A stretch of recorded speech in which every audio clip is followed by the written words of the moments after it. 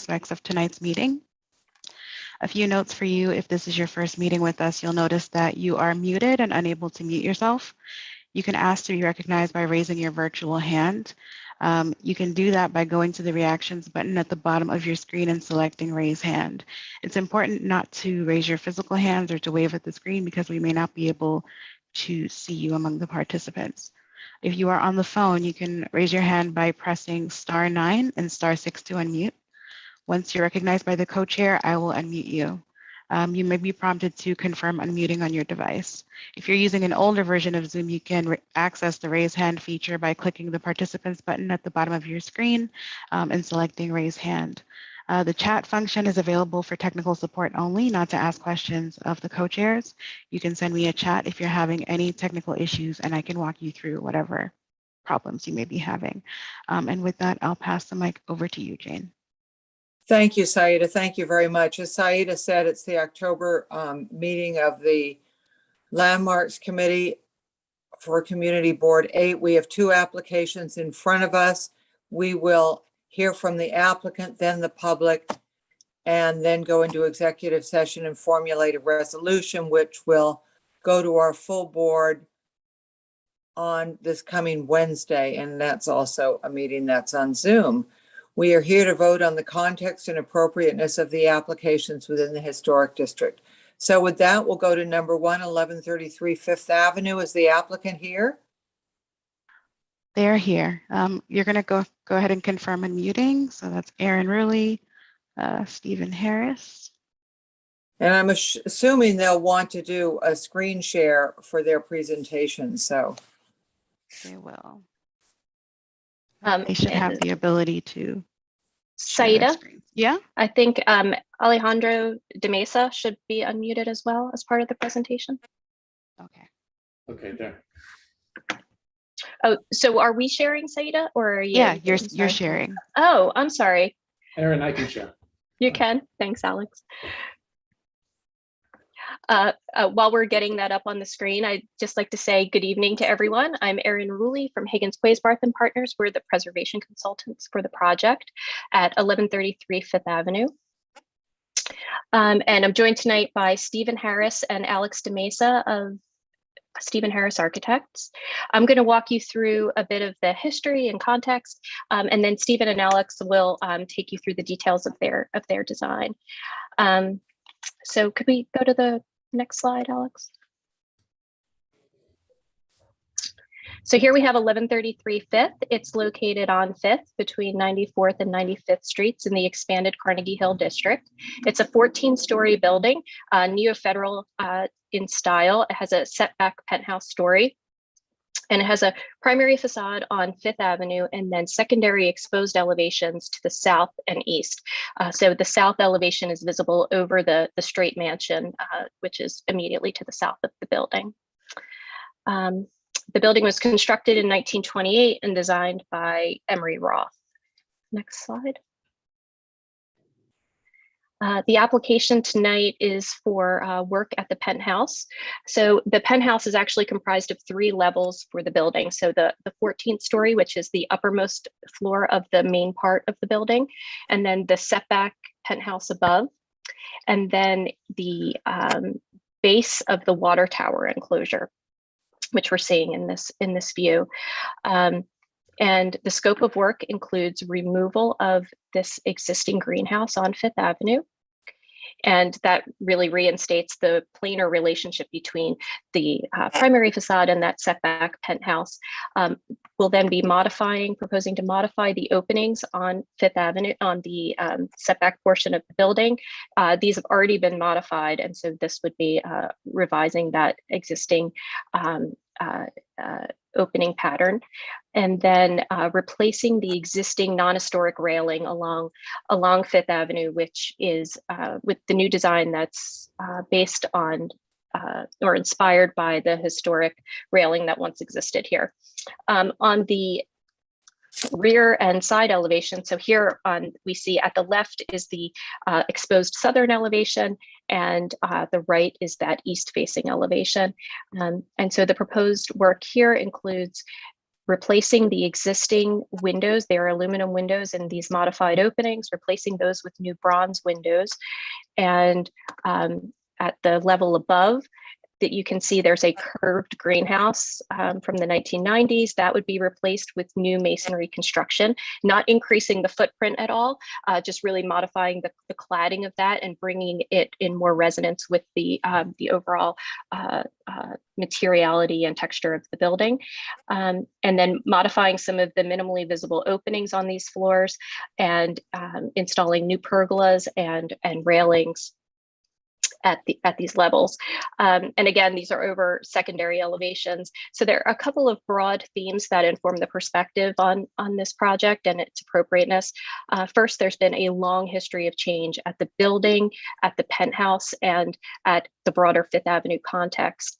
All of the proposed changes take place at areas that have been modified over time or are completely non-historic fabric. And we think that that history of change gives us the opportunity to create a thoughtfully designed, visible modern intervention, and one that really improves upon the existing condition and the overall sort of ad hoc nature of the overall composition that's really been diminished over time. And finally, one that engages in the history of penthouses, terraces, and rooftop gardens, that transition from row houses to apartment living and the extension of living space onto those terraces, which is very much a part of the culture of these spaces. Alex, could we go to the next slide? So here we have a very early view of 1133 on the left. And so we're seeing it from the south again over the straight mansion with that exposed side elevation. And it was originally constructed as a rental building, and it was converted to co-op in the 1940s. But the original plan was 13 units throughout the building. So essentially a single unit per floor. But the penthouse was from the outset a triplex. It had always included the 14th floor, the penthouse, the setback penthouse level, and the base of the water tower enclosure. This is a somewhat unique condition. Emery Roth was keenly aware of the desires of developers and tenants, and he was one of the first to introduce the designed water tower enclosure. But here, Emery Roth really is an example of where he originated the usable space within the water tower. So that base of the water tower was always usable space and related to the triplex below. And that was a sort of a way of enticing developers to spend more on their design for what they conceived of as utilitarian structures, but was something that was important to the overall composition and integrity of the design for Roth. On the right, we see an early map, 1939, that shows the footprint of the building. So the footprint, the base footprint has not changed, but you can see that sort of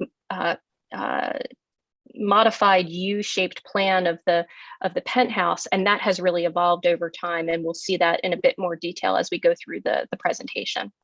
Next slide. So then the 1940s tax photos, this is going to be a sequence of two views from the south. And we see the important takeaway here is that you can see the original composition of that triplex apartment. So that 14th floor, the setback penthouse, and the water tower enclosure above, and the fenestration pattern along the south elevation, which was always distinct from the floors below. So it was really responsive to what was happening for the unit itself, its plan, and not to what was the typical plan on the lower floors. As well as the massing, we can get a hint of the original massing here on the right-hand side of that zoomed in view. Next slide. And then this is just a bit of a broader view that gives us a little more of the expanse of the south elevation. And again, here, the asymmetry in that fenestration pattern, not aligning with what's happening below and really focused on what was happening within the plan of the penthouse levels. And also that curved greenhouse that we saw on the rear elevation, that extends beyond the face of what's shown here historically. So we see that sort of rear portion of the penthouse, and then it's all blue sky beyond, but that does not exist today. Next slide. And so here, by the 1980s, we're seeing a dramatic level of change throughout the building. As is typical along Fifth Avenue, many of those triple ganged windows have been joined to create one large glazed opening. We see that across the facade. We also see it on the side elevation here, where those masonry openings have been enlarged significantly. And up above the parapet, or above the cornice line, you can see in the zoomed in detail, on the left, a previously existing greenhouse. Now that greenhouse, this is an earlier generation of greenhouse that existed and was tight up against the parapet of that terrace, and then to the right is that projecting bay window. I think it actually projected more than the current existing bay window at that level. Next slide. And then that brings you to the existing condition today. These are very zoomed in views. So this is from the west on the left. The view of the Fifth Avenue facade is actually from the west side of the reservoir. So at a normal eyes view, you don't see this. You only see sort of the massing of it. And of that, removal of this greenhouse will make a significant difference in how that relationship between the primary facade and the penthouse is read. We have the existing openings here. These were originally ganged openings that were broadened over time in the 1980s. So there was an earlier generation of alterations we think happened in the late 1970s, early 1980s. And so what exists today actually replaced that first generation or earlier generation of enclosures and infill. And so on the left, the Fifth Avenue greenhouse, the projecting bay window up above, and then the infill of those windows. All the railings date to the 1990s. And on the right, again, a zoomed in view coming from Madison Avenue. And that curved greenhouse that exists, that replaced an earlier greenhouse that was there. The windows were all replaced as part of the 1990s alterations, but the masonry openings had been previously broadened. And then above that, at the 16th floor, I don't know, Alex, if you could point to this, the addition above the greenhouse, right there, right? So that volume was added as part of the 1990s alterations. And then there was also at the far north end of the site, there was previously a terrace at the 16th floor, at the 15th floor, that was enclosed as part of that alteration. So there have been dramatic changes, not just to the masonry openings and infill, but to the fundamental massing of how you experience this over the low-rise side street elevations. And this proposal really addresses that in a much more rationalized but contemporary way, acknowledging that it's visible and is just a well-crafted and well-designed resolution to that. We could go to the next slide. And then just stepping back to look at Fifth Avenue a bit. This is a 1931 view across Central Park. And so we see the bones of what basically characterizes Fifth Avenue in Carnegie Hill today, that the 1920s apartment buildings, the bulky massing with the setback penthouses above, and we see the historic roof lines of Fifth Avenue, and most of these buildings did incorporate penthouses. Next slide. Penthouses actually evolved as part of those 1920s developments. Prior to that, rooftop units had been primarily used for maids' quarters and service areas, but it was with this generation of apartment buildings that we see architects and developers really recognizing the value of these spaces. And so here we just see 3 pieces of contemporary press on how these spaces existed historically. Pergolas, plantings, awnings, furniture.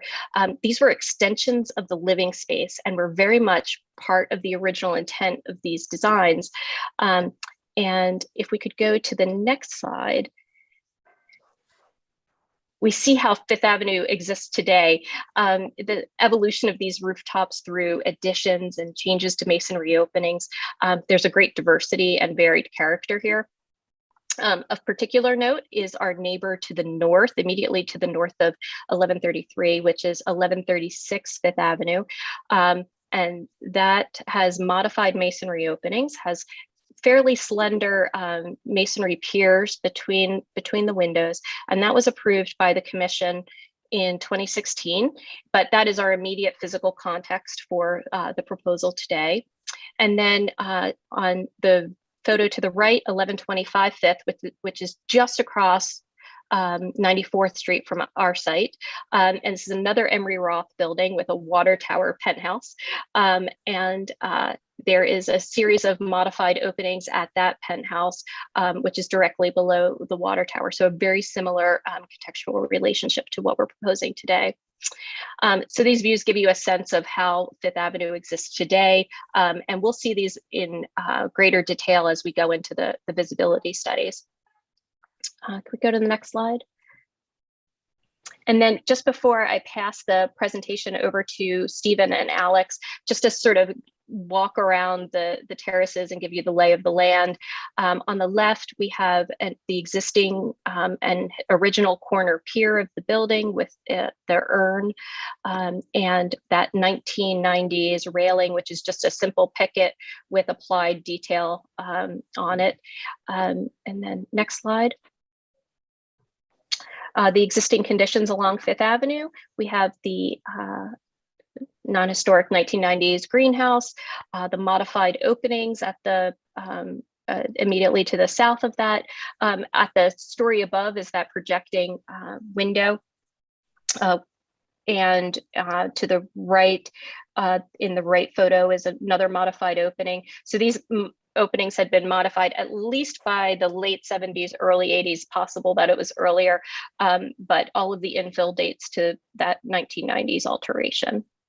Next slide. And then along the greenhouse at the 15th story, the greenhouse is on our right. We're looking at a modified opening in the distance there, and we're on the terrace on the south elevation. And then as we walk around to the east side of the terrace, an existing pergola and the greenhouse.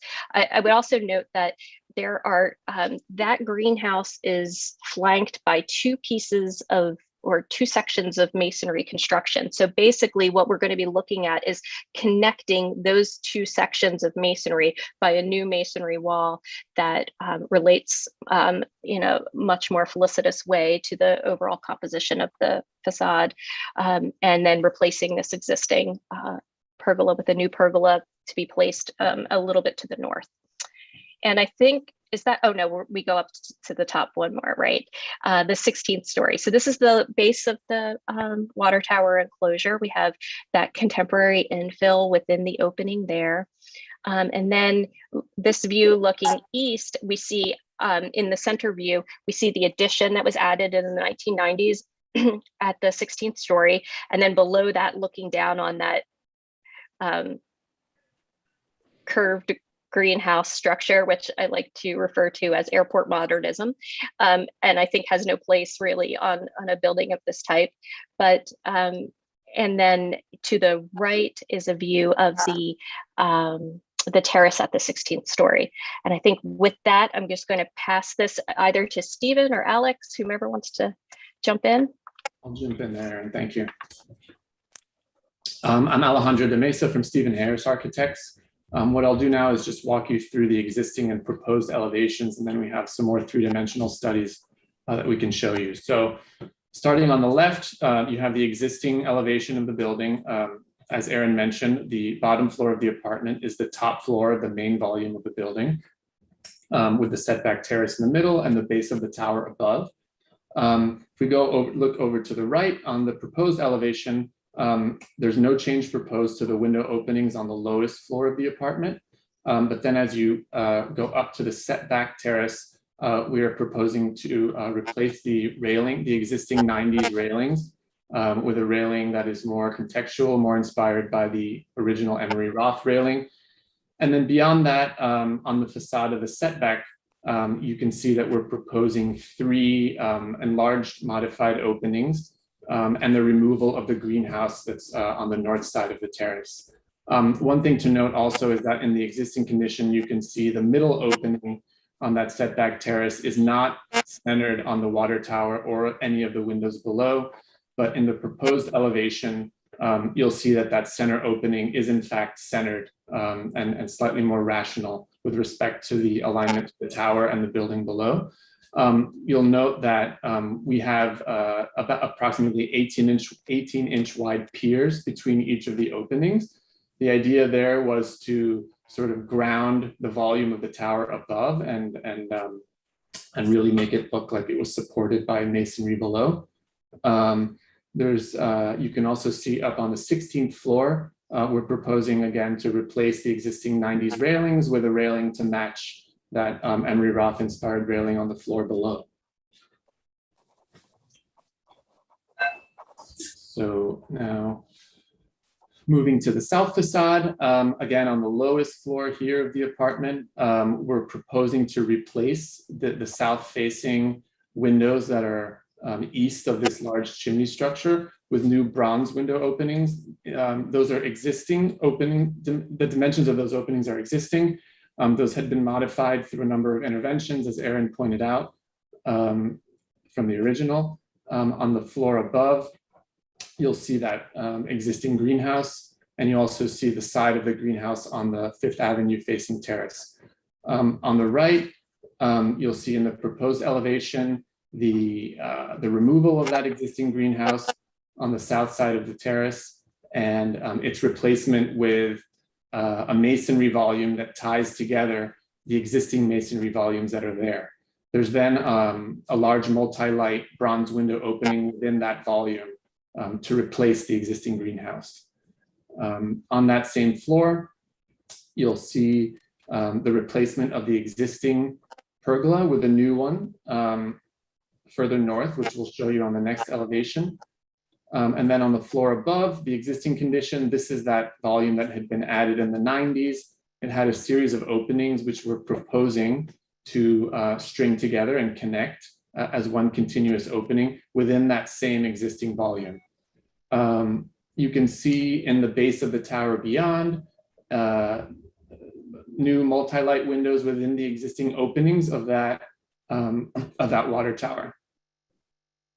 Again, we're proposing to replace the 90s railing with a new Emery Roth inspired railing. You'll also notice that the railing becomes continuous across the length of that facade because it extends over the new masonry opening that replaces the greenhouse. So now moving to the east elevation, you'll get that short end of the existing greenhouse here. And then in the proposed elevation, you can see how this section of existing masonry is tied together with the new masonry opening. And then that sort of more ribbon-like multi-light opening extends around the corner and provides a continuous opening around that corner.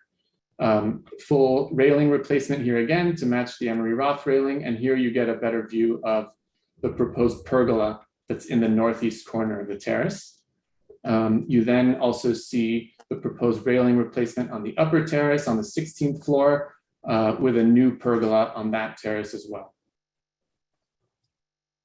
You've also eliminated a window on the 15th floor. Correct. This was a modified window on the 15th floor, which we're proposing to eliminate as part of this. Thank you. These are detailed views of the top floors of the apartment. This is the lowest floor of the apartment here. This is the setback terrace where we dimension the actual openings. Here you can see the masonry piers that are being implemented directly under the columns of the water tower above to create that sort of visual continuity of the structure of that water tower. You can see a closer up view of all the railings. No changes proposed to this existing bay window lookout that exists at the base of the tower. Again, a close-up view of the south. This here is the, this here was the existing volume. The existing greenhouse here is being removed and again connected with this masonry volume here. On the floor, at the top floor, again, we're combining those two openings that are existing within the 90s addition. And a close-up view of the east, where you again get a dimensioned view of the proposed windows and the infill of that masonry volume here. Is that the substance of your presentation? Yes, that is the meat of the proposed changes, and there are other slides that show more three-dimensional views of this. Thank you. Should I continue? If you want to show the other slides, Yes, you could yes. briefly just run through them really quickly. Yes, I think I should. This is just a three-dimensional view where you see the setback terrace, which I think helps understand the degree to which that terrace is set back significantly from the main volume of the building. It's approximately 14 feet back from the face of the building. So here are the three proposed openings. This dashed line indicates the location of the existing greenhouse. You can see here on the east and south how the parapet wall essentially gets is connected over the new masonry volume that's replacing the greenhouse on the south. And then you see the pergola above as well, above that structure. This is the south side of the building, again showing that the continuity of that masonry volume and then the presence of the two pergolas on the east facade.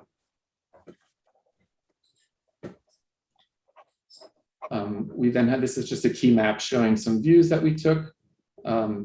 But you can see we did some visibility studies from Fifth Avenue. You really don't see that's the setback facade at all. You of course see the top floor, the top floor of the main volume of the building, which is the lowest floor of our unit.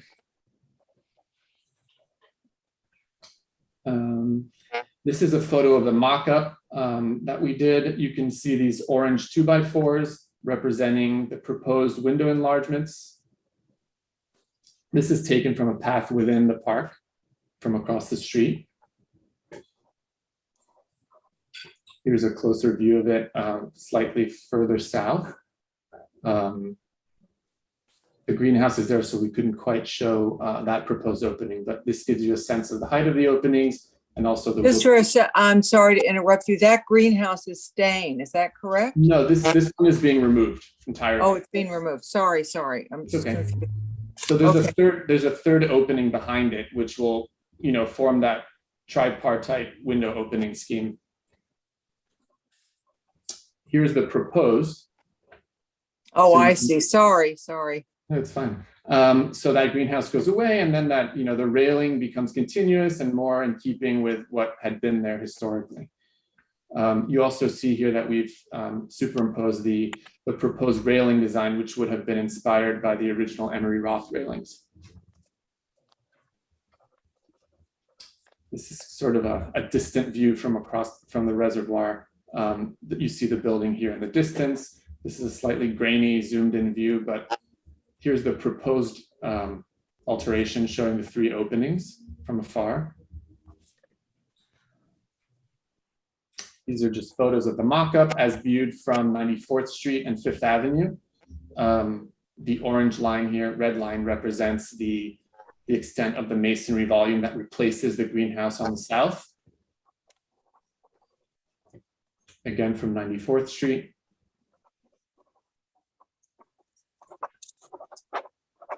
closer in. This shows this is the existing condition on the south with that greenhouse. This is the proposed condition showing how that that masonry volume here gets extended across and creates a more continuous line of masonry across that facade. This is a view from Madison Avenue, this existing condition. This is the proposed rendering. You see that east face of the proposed masonry volume, and you see the two pergolas as proposed. Here is that window that we're infilling as well. And that's it. Erin, should we go through the appendix or? No, I think that we're really good there. Yeah. Very- Okay, great. That's it. Well, thank you. It was a very detailed proposal. And I'm myself am not a fan of those. I think the architectural historian referred to it as airport modern, the greenhouses. Yes. But in any case, Erin, thank you for that touch. Is that the end of your, then that's the end of your presentation, so we can go to the public. Great. Yes, that's it. Thank you. Is anyone from the public here tonight? It looks like we may have some members of the public, yes. Just a reminder, you can go to the reactions button at the bottom of your screen and select raise hand. Okay, we have one question from Kathleen. Confirm unmuting.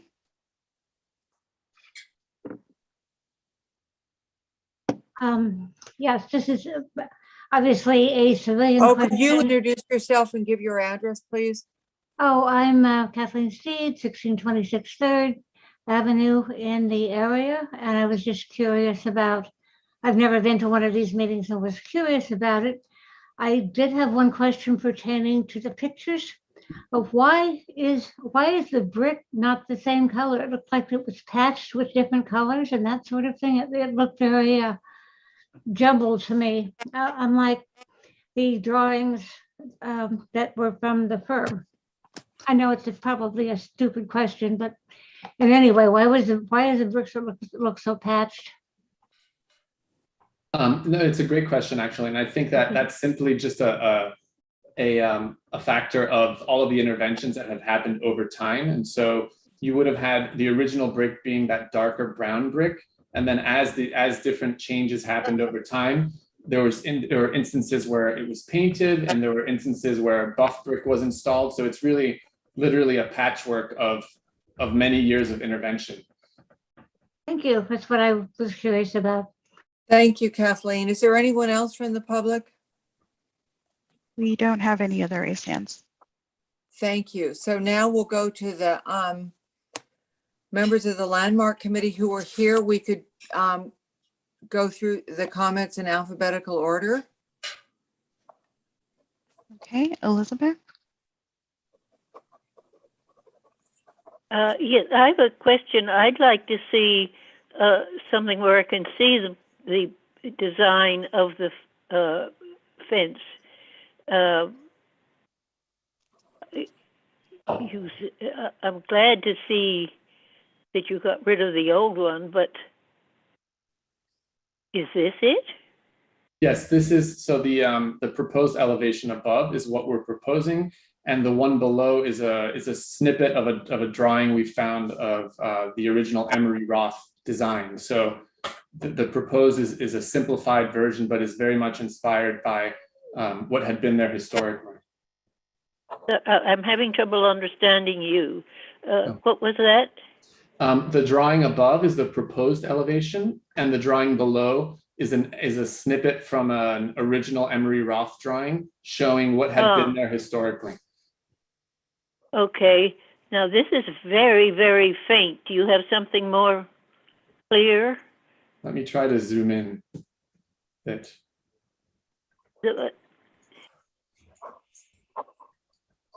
Is that better? Yes, yes. I see. Okay, very good. I'm going to do some thinking about this before I have an opinion, but I'm certainly glad to see the end of that greenhouse. And how visible are those joined windows that you've got there where they replaced separate windows? How visible are they from the public way? So They're still windows, separate windows. There are 3 of them still, and they are separated by masonry piers. So, and there are currently 3 windows there that are sort of asymmetrical. And if you took off the greenhouse, you would find that there's an even bigger window behind the greenhouse. yeah. Yeah. So, you know, it's just And sort of trying to capitalize it a bit. are they visible from the public way? They're not visible from Fifth Avenue. They start to become visible from within the park. Uh-huh. But not in elevation. Those sort of frontal views that we were seeing, Elizabeth, those are from the very far west side of the reservoir. That's where you are aligned with the building. Everything else is at oblique angles. And so it creates a sort of perspectival shift from within the park at the sort of east side of the park. When you get to the west side, you get these very distant views of a more sort of frontal elevation. You pretty much got to be up in the San Remo to see it. Yeah. Or New Jersey. Yeah. Yes. Yeah. Okay. Yes, if they were, I don't like large amounts of glass, and they don't belong in pre-war buildings. But this, unfortunately, whoever's in charge of this building has failed, particularly with the windows all over the place.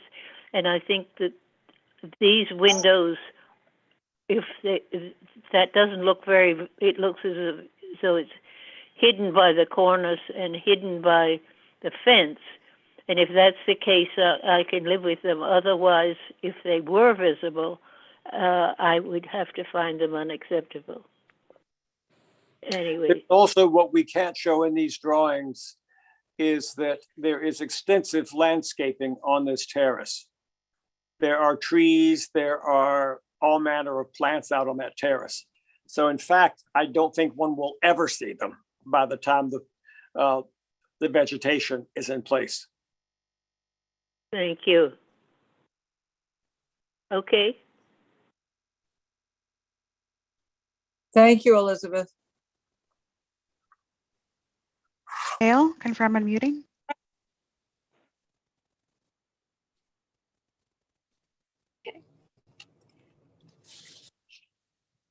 Can you hear me? Yes. Yes. Okay, thank you. I share some of Elizabeth's concerns regarding glass and if the windows become too visible, but as long as the vegetation covers that, then I wouldn't have an issue. I also had a question about the fence, which you responded to. You showed one photo of the proposed building with the alterations from the west side across the reservoir. Do you happen to have a photo of the building at that same spot as it exists right now? Yes. If I could see that, I'd appreciate it. So this is as it exists. Sorry, it's a little bit grainy, but this is as it exists right now. Alex, could you go and share the full view on the left so that we can see how you actually, that's the normalized view, right? Yeah. Great, thank you. Great. I have no further questions. Thank you. Thank you, Gail.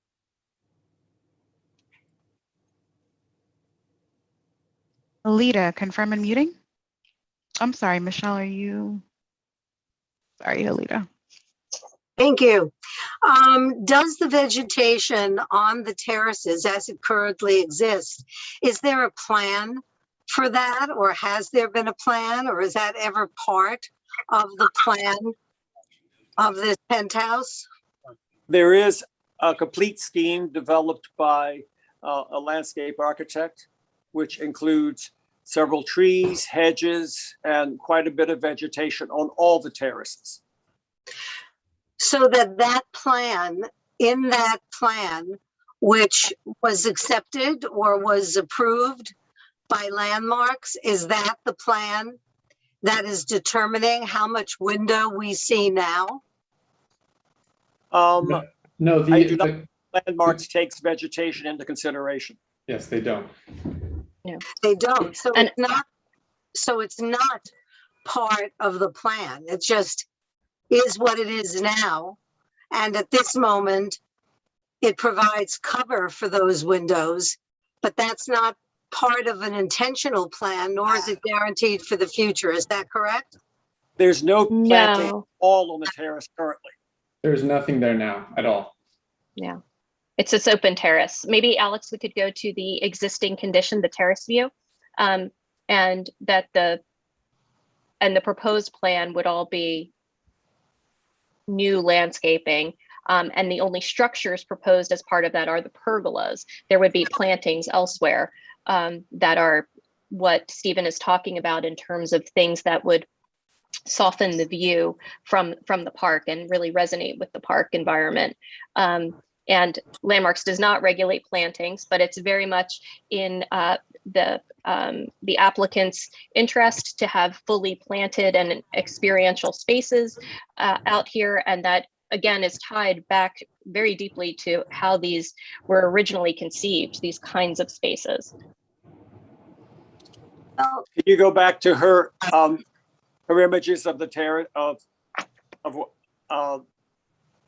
The press- historic views. yeah. The historic views of penthouses?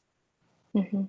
but the reason I'm raising the question is because in response to whether or not too much glass was showing, the answer was it won't matter because the vegetation and the plan for the terrace would be hiding that glass.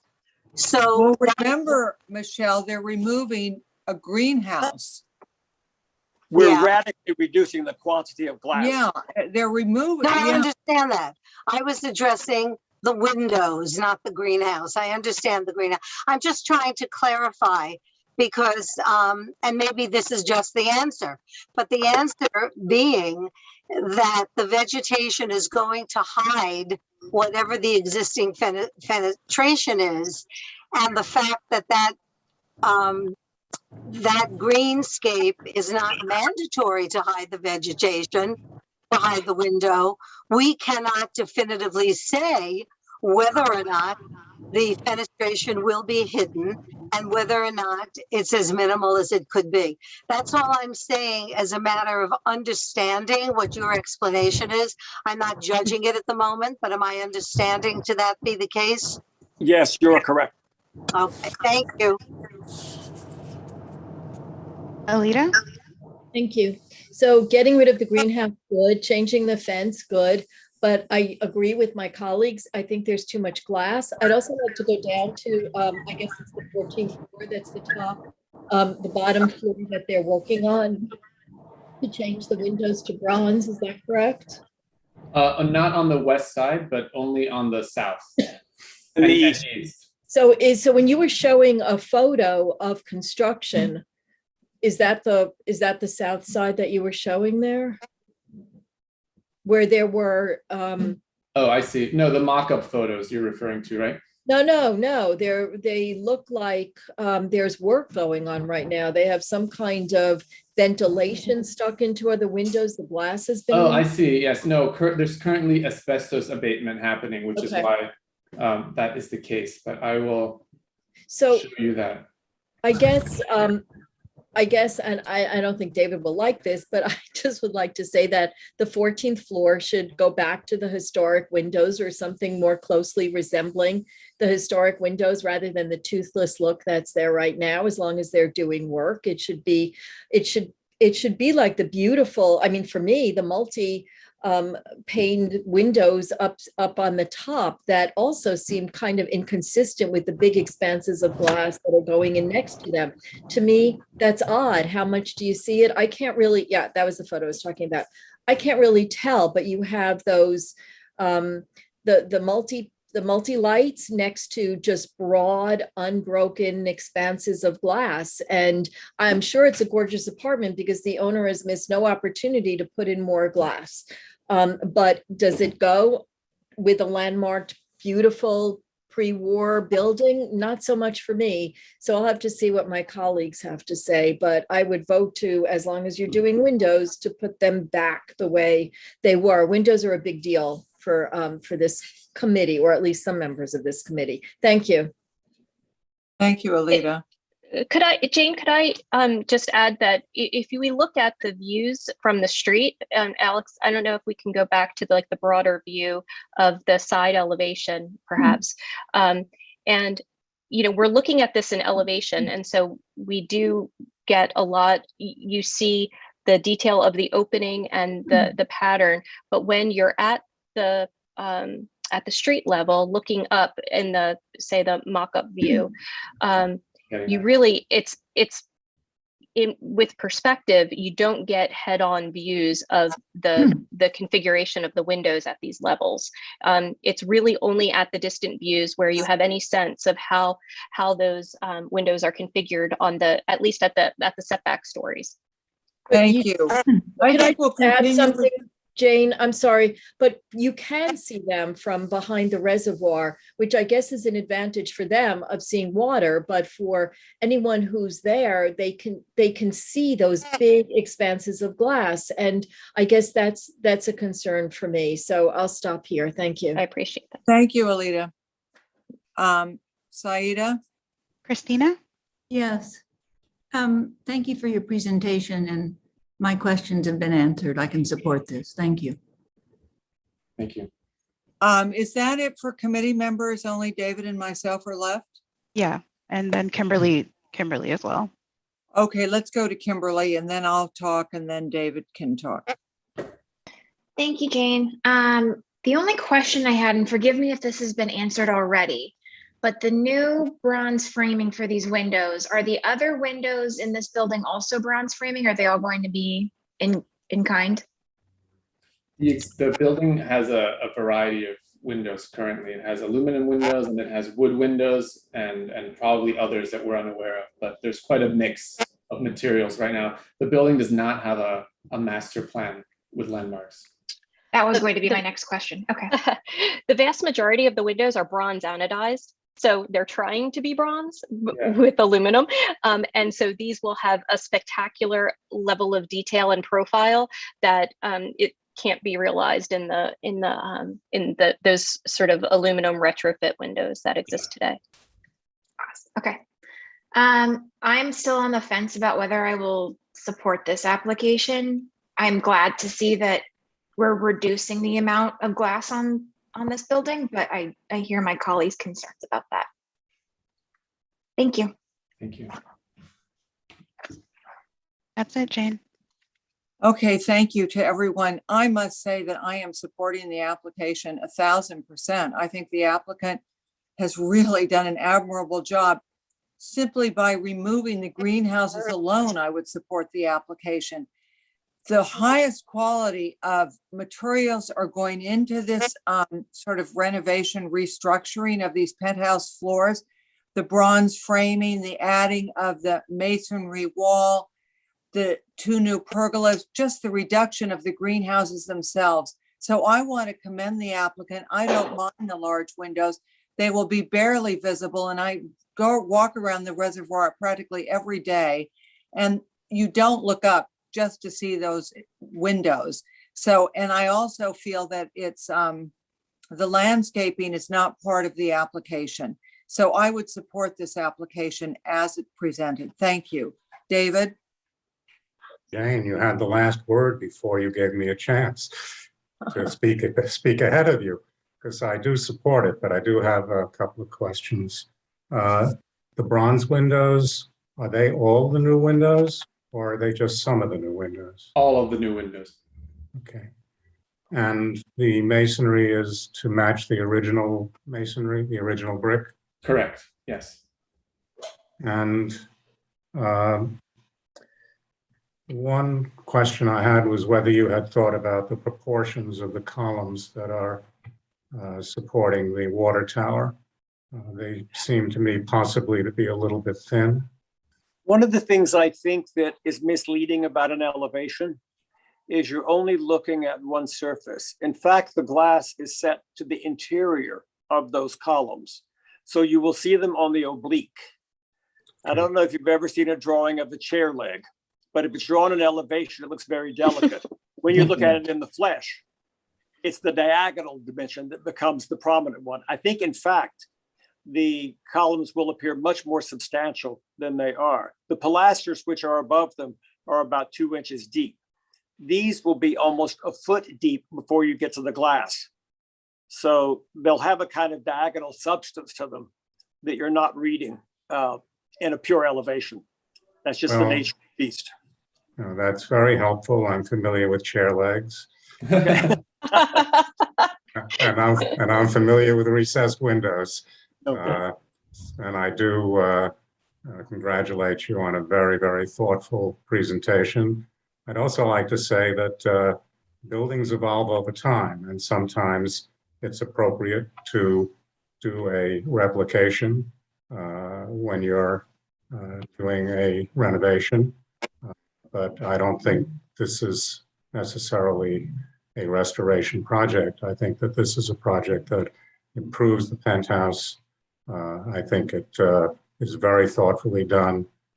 I think that you don't count on landscaping, obviously, but from across from the park, I think seeing those windows, what's beautiful about it is that they bring back the symmetry of that floor. I think that there's a certain variety in the windows as well, depending upon the elevation, which I find very acceptable. On balance, I think that this is an excellent project, and I think it deserves our support. That's it for me, Jane. That's Thank why you. I wanted you to be last, because you speak so succinctly on these applications. In any case, I think we're ready to go to a vote. Does somebody want to propose a resolution? Alita has her hand raised. Confirm unmuting, Alita. No, I had a question. It's not about a resolution, but I'll take it back. So, Well, Alita, you may ask your question. Oh, all right. I just didn't understand something. If you don't count the greenhouse, then are the windows still are the new windows still reducing the amount of glass if you don't consider the two greenhouses? Currently, the greenhouse on the southeast corner, there is virtually no wall between it and the room it encloses. So that is a masonry void, which is almost the same size as the greenhouse. Similarly, on the Fifth Avenue facade, the opening between the inside and that greenhouse is virtually the entire width of that greenhouse. So on balance, I think it's fairly close to a wash, even if you don't take into consideration the side walls of the greenhouses or the roofs of the greenhouses. Okay, thank you. Does anybody want to propose a resolution? I will propose that we approve the application. Thank you, David. Saida, do you want to call the roll on that? Is there a second? I guess we need a second. Any raised hands for the second? We have Kimberly Selway. Okay. 1 second here.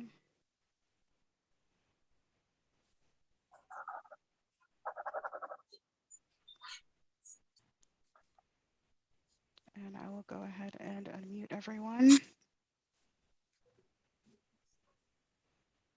Oh, actually pause share 1 minute.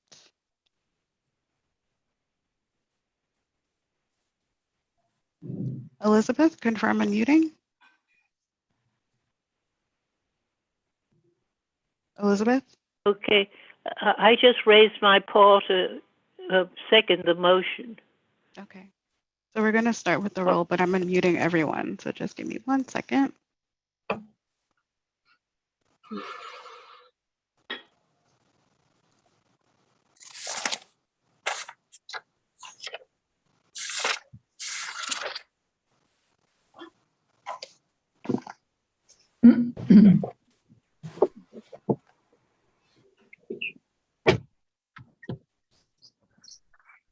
Okay, Elizabeth?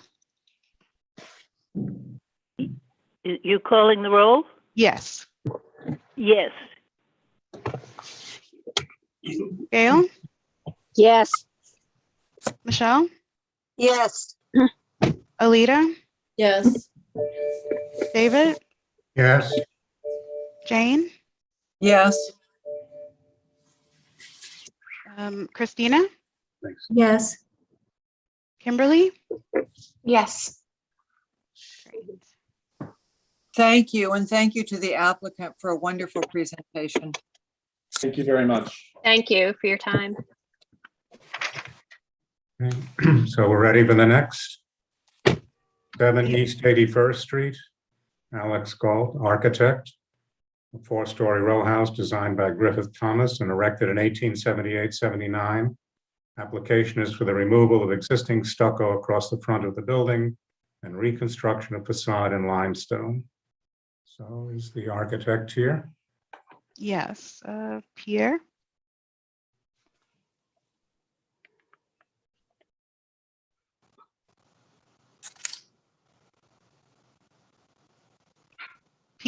Oh.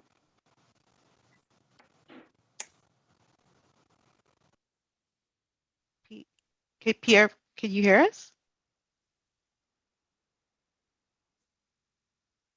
Okay.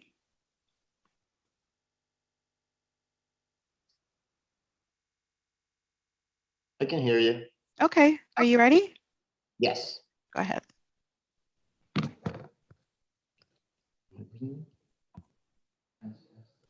Cass, are you ready?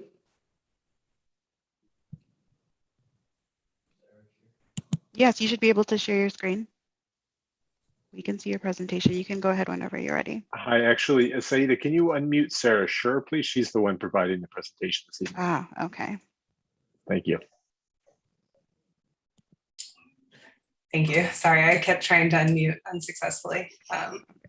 Saida. Just close this. Okay, good evening, everyone. My name is Sarah Sure, and I'm from Higgins Quays Barth and Partners. And we are the historic preservation consultants for Katerina Heil, who's the owner of 7 East 81st Street, located in the Metropolitan Museum Historic District. The building, as you see here, is 5 stories, located on the north side of East 81st Street between Madison Avenue and 5th Avenue. The building was originally constructed in The building was originally constructed in 1878 as a row of 10 brownstones. The 10 brownstones were built for Richard Arnold as a speculative development and designed by architect Griffith Thomas. As we see in the photo on the far left, the 1911 photo, the red arrow is pointing to our building in its original state as a brownstone. The 2 buildings to its left or to its west were actually a part of that original row, but were reclad in a limestone facade with a new design in the early part of the 1900s.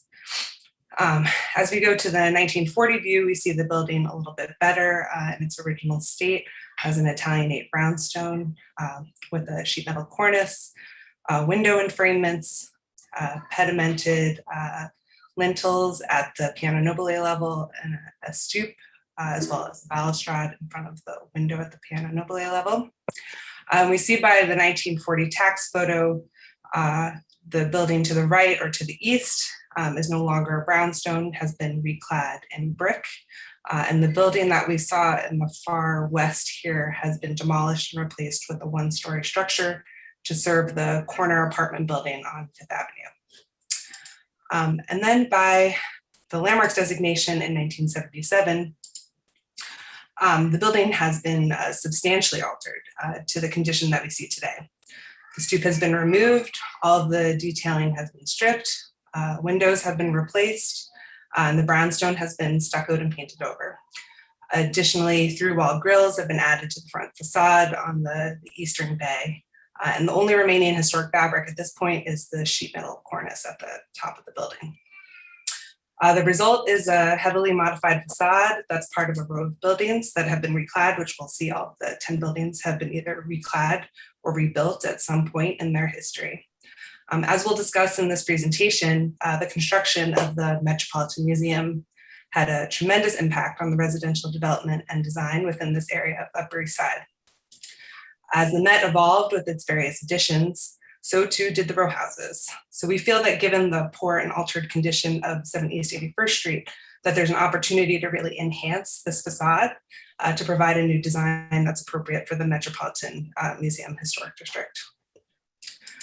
So speaking of the Met, here we have some historic images showing its development. So the museum opened in 1880 with a Gothic structure that we see on the top left, and a dark brick designed by Calvert Box and Jacob Ray Mold. By 1888, on the top right, we see the museum was expanded with a red brick structure that had a stone base, stone trim, and a slate roof. This was designed by Theodore Weston and Arthur Tuckerman. And then in 1902, in the bottom left, Richard Morris Hunt takes on this expansion and major identity change to the Met Museum. A large limestone Beaux-Arts building is added in front of the brick structure, making a statement towards Fifth Avenue. It's at this time that we see also within the neighborhood a lot of change from darker masonry buildings to light limestone buildings, either with reconstructing facade or building new buildings. And then this change continues at the Met with the McKimmey and White additions to the south and to the north in the 1910s.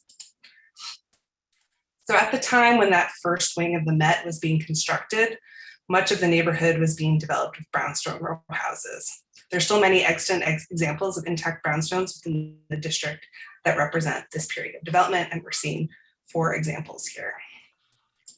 Soon after the construction of the Richard Morris Hunt limestone addition to the Met, building owners in the area started to make changes to their buildings in order to better blend in with this aesthetic. Some simply painted their buildings with other minor modifications to better relate to limestone. Some buildings were more stripped of detail to give them a more modern look. And then some received entirely new facades. All 4 of these buildings in this slide were originally constructed as brownstones and then were refaced in between 1907 to 1918. Their window locations and openings changed, they received new details, and they were all given limestone facades. So while our building at 70 East 81st Street has been both stripped, sorry about the toddler noise, while our building has been stripped of detail and painted, it has lost its character both as a former brownstone and also does not read as an intentionally altered house. Its brownstone is in poor condition. Through-wall grills have been added to the front facade, which has further deteriorated the stone around it, and it's lost its context within its row. So given the lack of,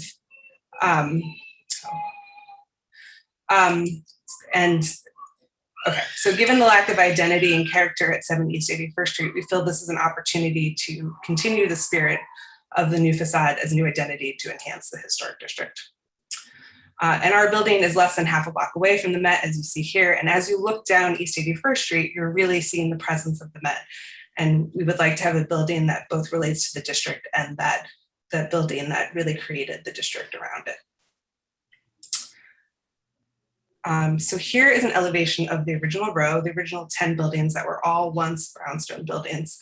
And you can see that that integrity of that row has been lost. All of the buildings have been either reclad or rebuilt with brick or limestone.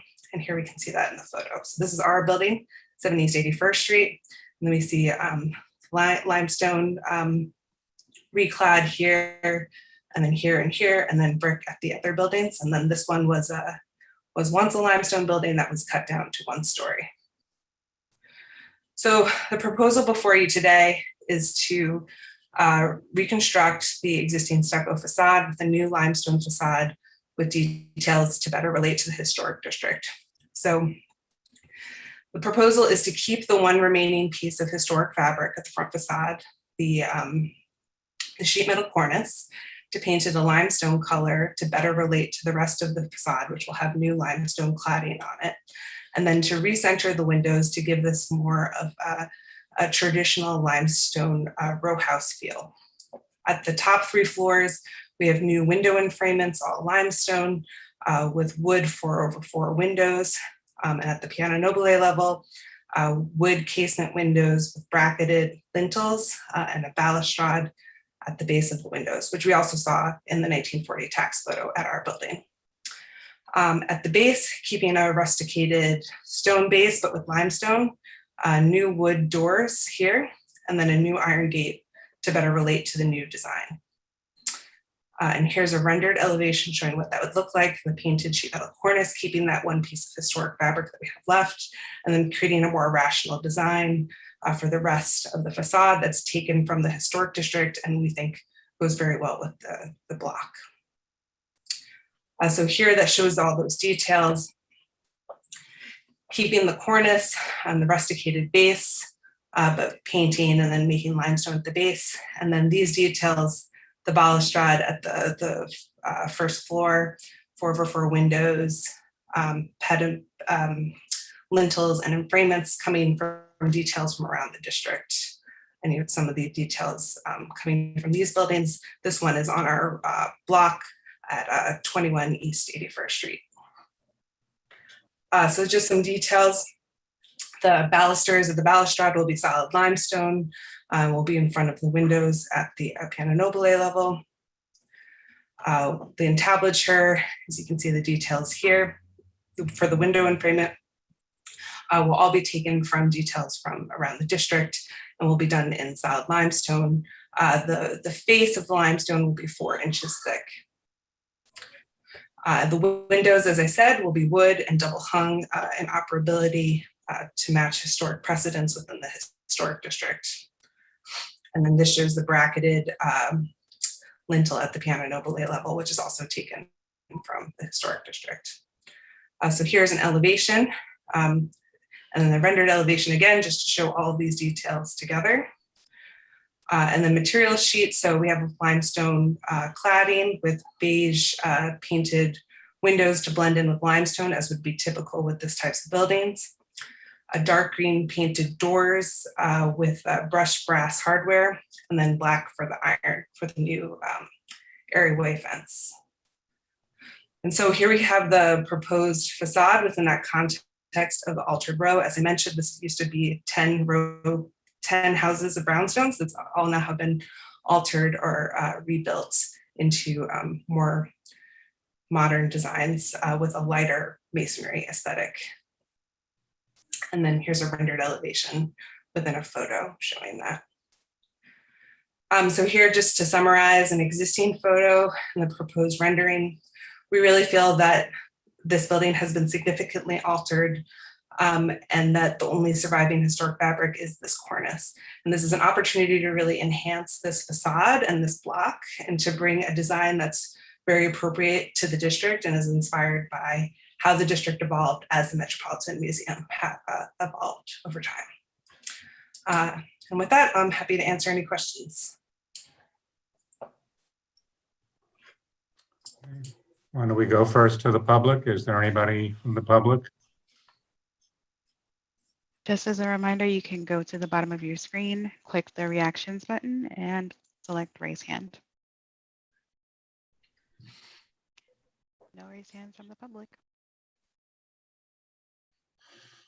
Well, we'll go to the committee. Let's do it in reverse order, please. Kimberly?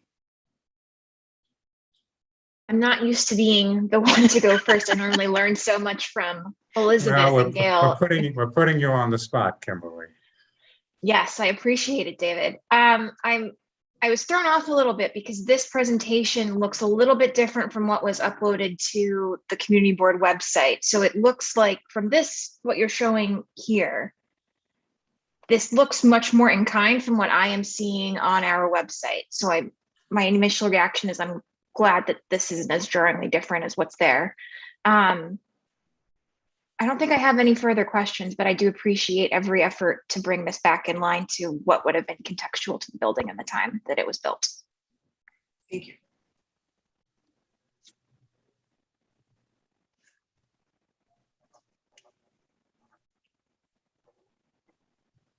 Who's ever next, Edith? For Christina, I'm wondering if she.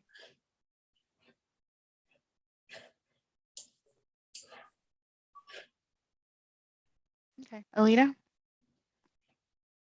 Thank you. I think what you're doing is really admirable. I am very impressed that your client wants to bring it back to relate to the historic, the Met and other buildings. I guess what I'm seeing, and I've done this in my apartment because our rooms are small, are making all the moldings and the doors and the trim the same color as the walls.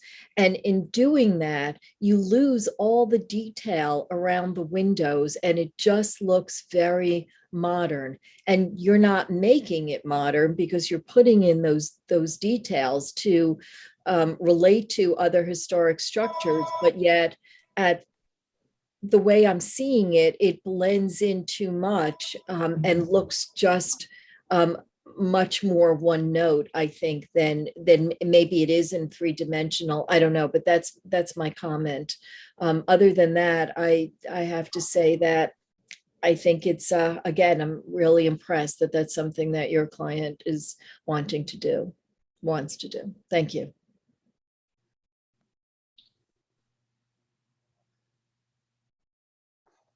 Michelle? Yeah, no, I think it's an excellent presentation. It was very detailed. I like what you're trying to do. I want to confirm that the windows are 8/8. 4/4. I mean, right. Yeah. They're fading out here, so you don't get the amount of detail. But the 4/4 is what I was hoping they would be. And the doors are black. They're dark green, like a dark hunter green. Yeah. Okay. I'm fine with it. Thank you. Thank you. Gail? I agree with Michelle. I think that the presentation was excellent, and I certainly commend the owner for going to the 4/4s with the wooden windows and trying to be very sensitive to the historic details. I also think that on balance that having the lighter having the lighter material, going to the lighter limestone is really an asset. So I can approve this. Thank you. Elizabeth? I'm sure I can approve it too, but I would like to see a picture of the doors. They just look like black patches. Let's see if they're better. The proposed doors. Yes. Let's see if so this is the color. We did actually, I can zoom in. This might be high res enough that you might be able to see. So this is a bit, there's an areaway, so it's a bit below grade, but they are wood with a panel here, and then that brushed brass sort of circle in the middle, and then a panel at the bottom. What's that circle? I don't know, Pierre, Katerina, do you want to speak to the door design? And the doors have no windows. Hi. They're solid wood. Oh, here's the owner. She can describe the doors. Hello, hi. Yes, the doors have pockets, and the door handles are brushed brass, and yes, and they have pockets. Oh, this is the door hardware. Yes. Oh, yes, yeah. We do, Sarah. We yes, do. I'm have going to support this, but I think that the doors. 1 second, Sarah. We are do have too a page. striking. We do have a page. Oh, here might be better. Yes.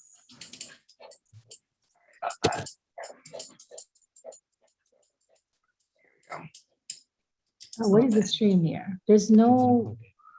Yeah, that's not a go trim there. That should be less highlighted. It was just emphasized to show the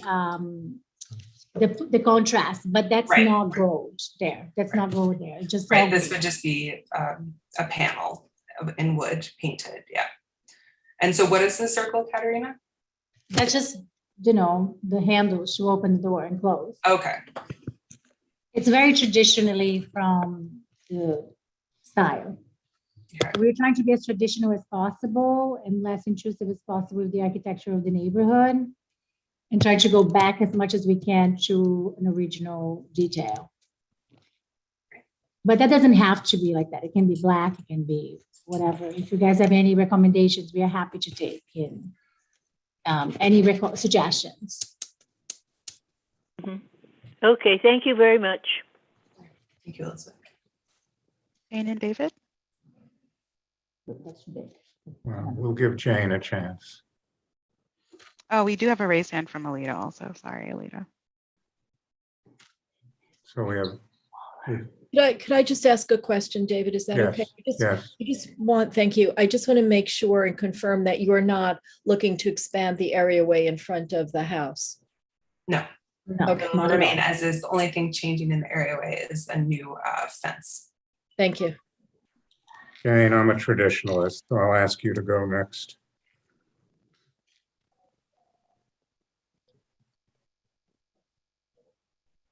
Is Jane listening in? Yeah, she's in. Yeah, I'm fully in support of the application. Thank you. So, And Christina, I don't think Christina spoke. oh, Christina, right, yeah. Christina? I think she stepped out. Oh, okay. Thank you, Saida. No problem. So this is not true restoration. Correct. This is a replication or a reimagination.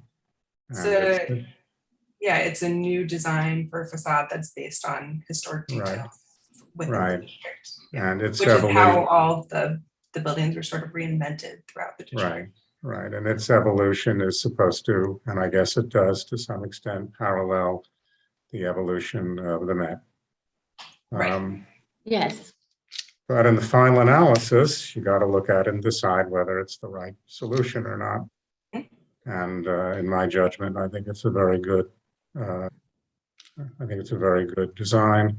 In all deference to the concern of one of our members about the monotone.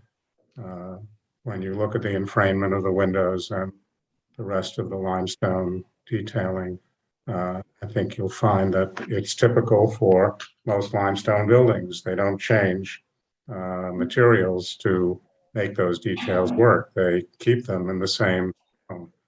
There are some examples where you do see two stones. If you go look at the front of St. Patrick's, you'll see they inserted a marble in the stone. But that's relatively unusual. Typical is what's been done here. I think when it's done and built and we see it in 3 dimensions, you'll see the 3-dimensionality of the limestone. So without belaboring it, I fully support it. And last but not least, I'm happy to see a green door instead of a black door for a change. I don't think every door has to be black, but in any event, I think it's well done and it has my support. Thank you so much. So I think we need sounds like it's an approval, so I think we need a motion. Move to I'll make a approve. motion. Thank Oh, you. Now, Jane, we'll take you as a second. very good. Thank you. Okay. Please call the roll, Saida. Second to unmute everyone.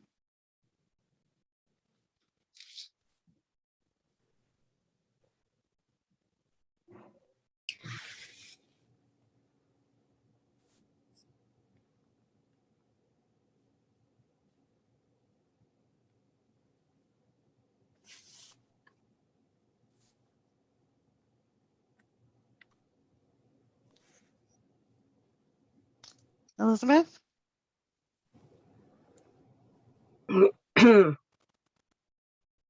Elizabeth? Yes, Is that your vote?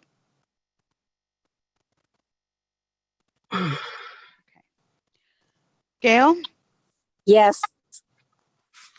Michelle, Yes. Alita, Yes, very much. David, Yes. Jane, Yes. Kimberly. Yes. Great. We have 7 yes. Thank you, Saida. Okay, thank you. I just Go wanted ahead, to, Jane. before we adjourn, I don't know how many of you belong to Friends. I'm sorry Sarah Chu couldn't come tonight. That I got the most recent newsletter from Friends. I happen to be a member. It looks like this.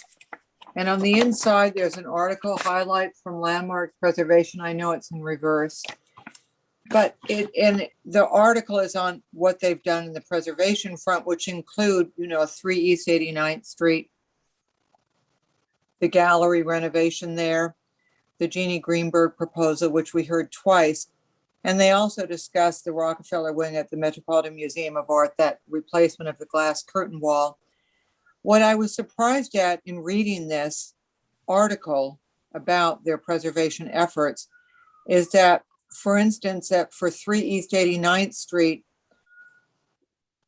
as you know, we fought long and hard with Carnegie Hill neighbors and with Friends to get rid of or at least get reduced. We voted against the glass rooftop addition, and then it was reduced by Landmarks. But Friends doesn't make any mention of us or Carnegie Hill neighbors in its articles about its preservation efforts. For instance, it says, only we were very pleased with that the commissioners agreed with us and the rooftop proposal was significantly scaled back. I'm just surprised that Friends isn't more friendly to the efforts of the community board and Carnegie Hill neighbors on 2 of these proposals that they mention in their newsletter. So I just wanted to throw that out on the table and make everybody aware of it. That's all.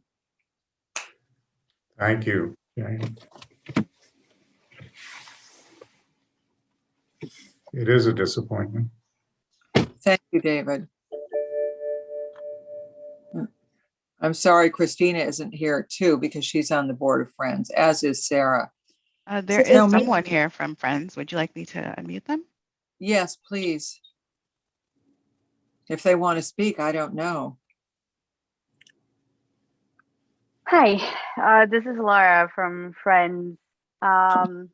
Sorry to throw a monkey wrench in there, Laura.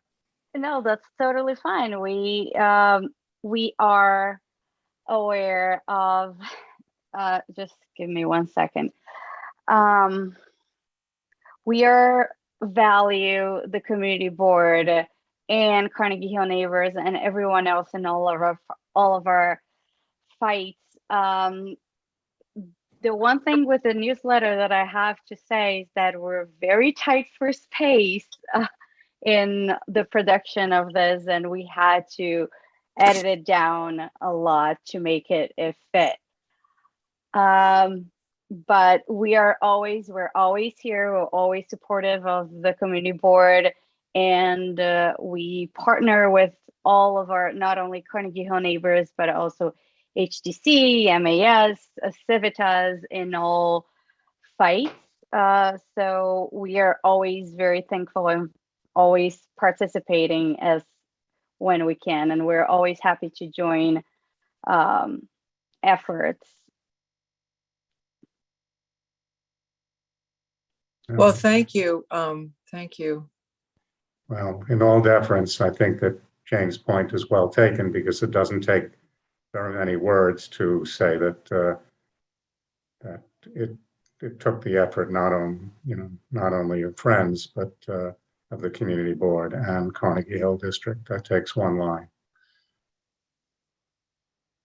Anyway, I just wanted to mention it, and I'm glad someone from Friends is here. I mean, I know Franny, pretty well, and I know Friends does a marvelous job.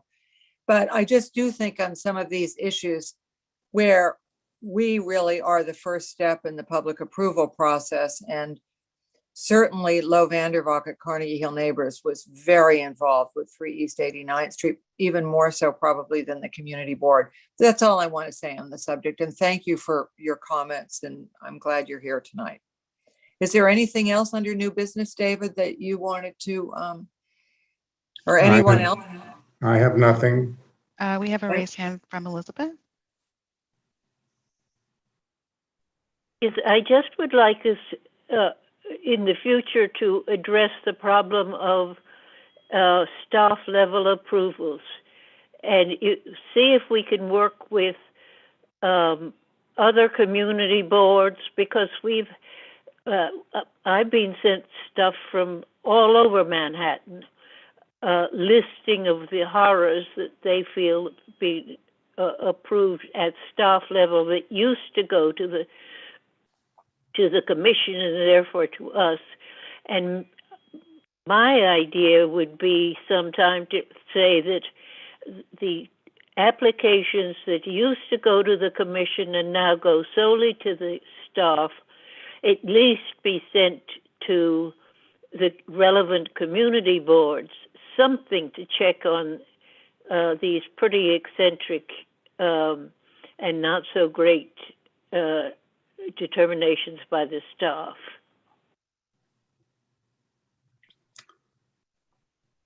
We also have a raised hand from Alita.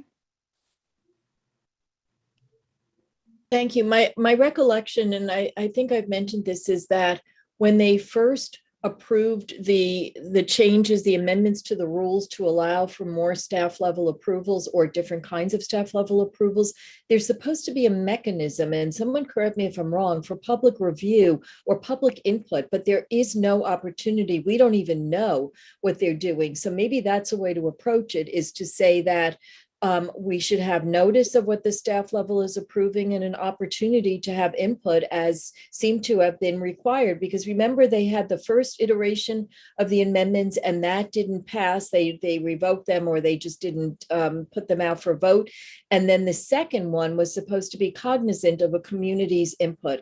So that's something that we should be demanding, because that, I thought, was the basis of the amendments that allowed for more staff approval. And Elizabeth is right. And we've seen really awful circumstances that you, Jane, have pointed out, that Elizabeth has pointed out. I think that we've all seen, and I know other community boards, particularly 5, which has seen a dramatic drop in the number of applications because of the staff level approvals, and I think 7, which is on the west side as well. David, do you want to comment? Well, we've discussed this before. We also went to Landmarks, and I think Landmarks would say that it's not significantly different.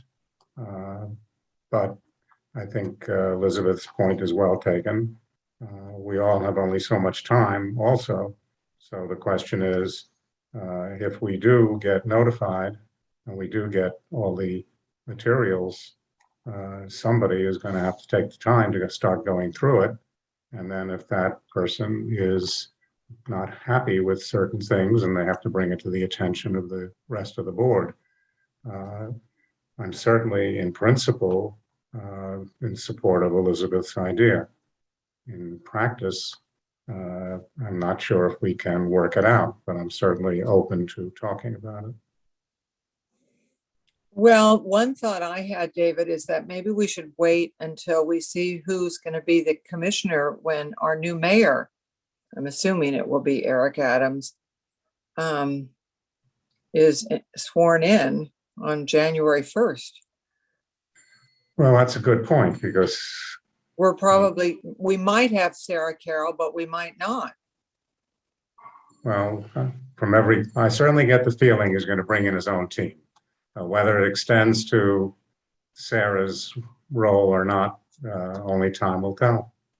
But I think it's a good point. If we start working hard on it now, and the next thing you know, it's a whole new team at Landmarks, then we start all over again. So I think your point is well taken, Jane. We'll certainly know fairly soon.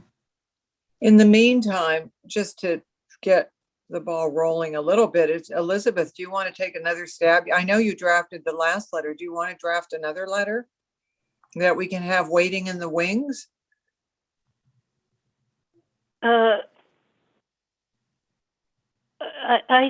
I think let's wait and talk about it and then decide what we'll write to them. I don't think we're ready to. I'd like to think about what exactly we were asking for. And I do think what I was suggesting was not everything that comes in, you know, there are plenty of things that quite rightly go and have always gone to staff. It's just the ones that didn't, and it's not going to increase our work from before because these are things that went to us before. So the things that go to the commission all come to us. And these are things that went to the commission and didn't, and now don't, and are decided at SCOF level. That's the group that we. I mean, they get thousands of applications wanting to repaint their green door green. Well, we don't have to see that, but. The ones that we used to see and no longer see, and that's where we've gotten these things. And I do think it's good to wait. And maybe I think Alida got. Well, she was talking about it. Feedback from other community boards who had this. So. You know, let's think about what we want to ask and then write a letter. After we've got the new mayor, as you suggest, I think that's a good idea. But let's take it up and think how we think around the problem and maybe talk to people in other communities and see what they suggest. I've had things from other communities, and I think I'll try to dig them up from, the minefield of my computer. Well, I think what David and I are both saying is that, both of us, work as others on the committee also have jobs, that we need to find, I mean, if it would be you, Elizabeth, or maybe you and Alida who could co-chair a subcommittee on this. I think it may be a little simpler than maybe I implied, because I guess the first thing is just to go through the list and get a sense of what each of those applications is about. And then you can request the ones that appear to be critical, whether it's the particular building or the particular scope of work of the application. But it still is a lot of work to go through that initial culling, and then it's a lot of work to take a review, to do a preliminary review before it comes to the board. So it just needs people who are willing and have the time to put in. So I think Jane's point is well taken on that. Well, we can think about it and discuss it at another meeting, but it's true that we need a subcommittee with some energetic people on it who are willing to do the research and make sure our board comes up with the right solution, or our committee comes up with the right approach. I just want to tell you that in my personal experience, one where it was our project and one where we are acting as the owner's representative to review somebody else's project, in both cases, they were windows involved in those projects, and the windows did go for public hearings because they were ornamental windows or unusual windows. So it's not that all the windows are going to staff. There does seem to be some decision making in landmarks about which really need to perhaps go to a public hearing. It's probably not as many as it should be, but there is certainly some attempt to be discretionary about what stays at staff and what does go to public hearings. at least in my personal experience. I just wanted to end on a little bit of a positive note. Well, David, thank you. I mean, we have to take a positive approach. I think one positive step would be to establish a subcommittee, but we can all think about it and perhaps review this briefly again at our November meeting.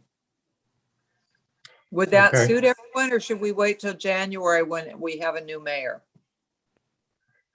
Well, we could certainly start talking about the strategy, but I think that the bulk of it is going to wait for the new mayor. Okay. We have a raised hand from Michelle. Move to adjourn. Thank you, Michelle. Second. Okay, everyone. Thank you all. All right, Thank see you you. next month. See Well, you see on you Wednesday. Wednesday. See you on Wednesday. Yeah. Here. More intimately next month.